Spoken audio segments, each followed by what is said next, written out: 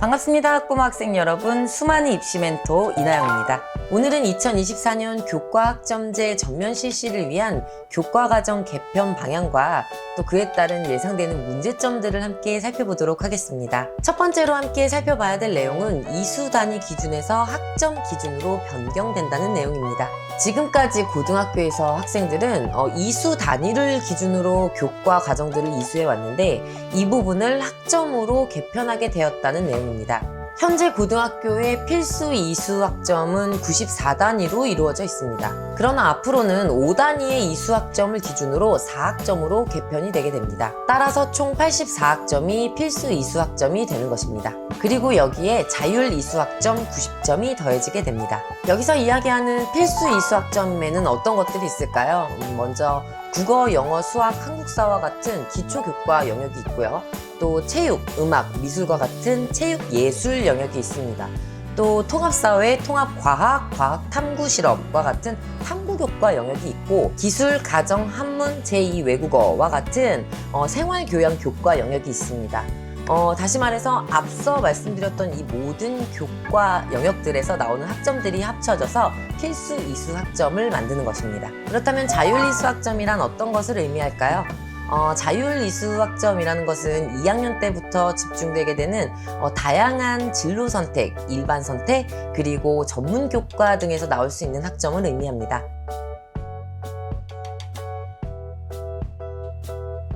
그렇다면 이러한 변화 속에서 우리 학부모님들과 학생들은 어떤 점을 눈여겨봐야 할까요?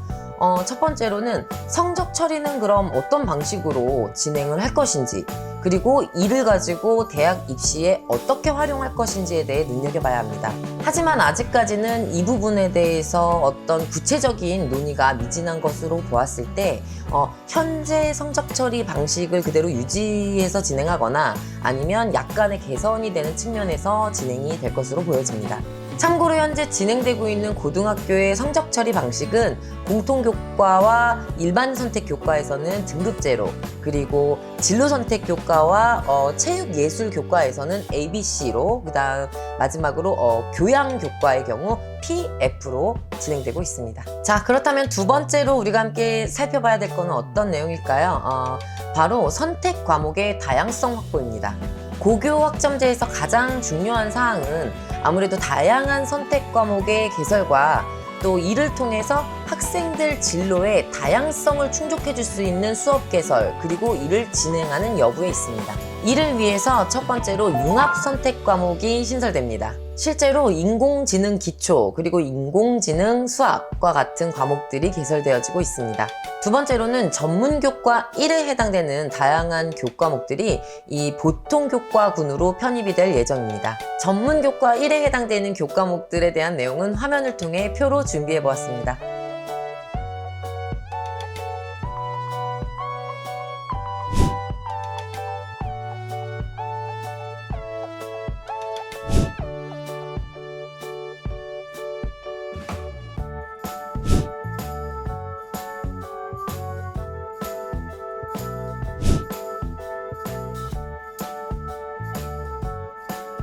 셋째로 함께 살펴봐야 될 내용은 공동교육과정 운영 및 학교 밖에서 교육을 받은 부분에 대한 학점을 인정해주는 제도입니다.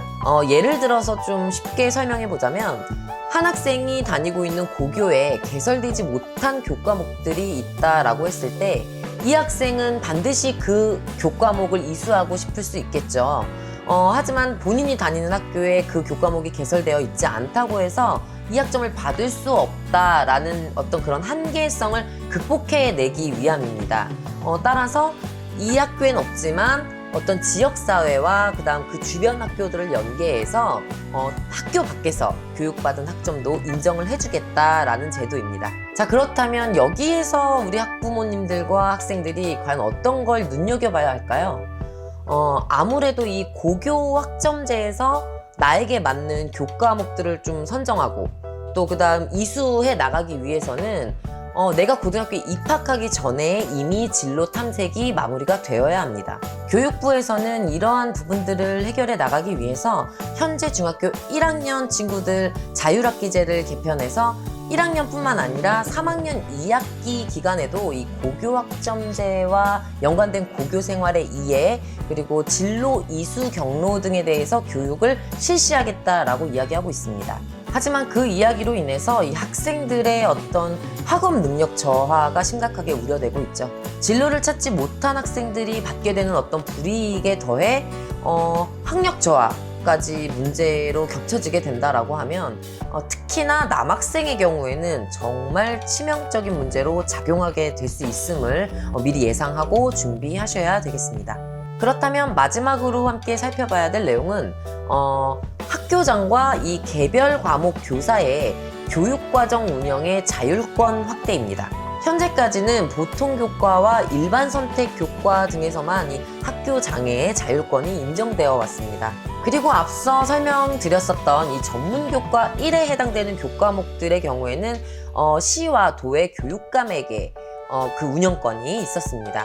그런데 앞으로는 어떻게 바뀐다는 이야기냐? 바로 학교장뿐만 아니라 개별 과목 교사들에게까지 운영의 자율권을 주게 됩니다.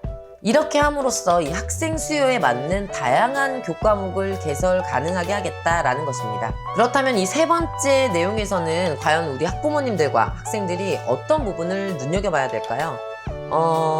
이러한 정책이 만약에 실질적으로 정착이 된다라고 하면 엄청난 교육 격차가 이 사립학교와 공립학교에서 나타나게 될 우려가 매우 큽니다.